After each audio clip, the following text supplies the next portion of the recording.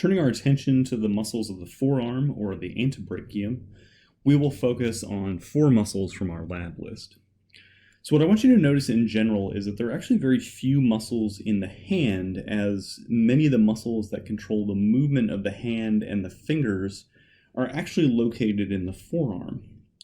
So the first muscle that's on our list is the brachioradialis muscle, and this is the large fleshy muscle at the lateral and anterior part of the forearm, since this is the anterior forearm in anatomical position.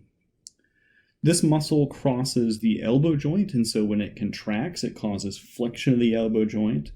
But even when the muscle is relaxed, it acts like a strap across the elbow joint, and so it helps to stabilize the elbow joint even when it is not contracting.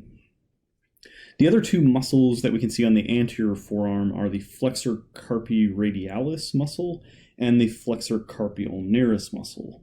Now, the flexor carpi radialis muscle lies along the radius, because this is where the radius is located anatomically, and the flexor carpi ulnaris is located more medially, just superficial to the ulna bone.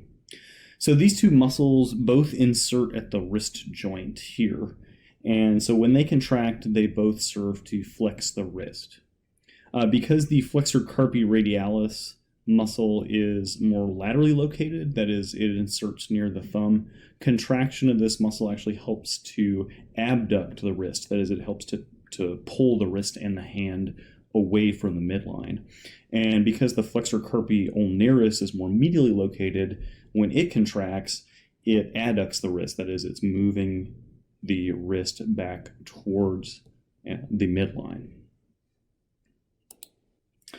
If we turn the forearm over and look at the posterior part of the forearm, the one muscle that we take a look at on this side is the extensor carpi ulnaris muscle. So this muscle is an antagonist to the flexor carpi muscles that we saw in the anterior forearm, because the extensor carpi ulnaris serves to extend the wrist. If the flexor carpis are flexing the carpal bones or flexing the wrist bones, then the extensor carpi is extending the carpal bones or extending the wrist bones.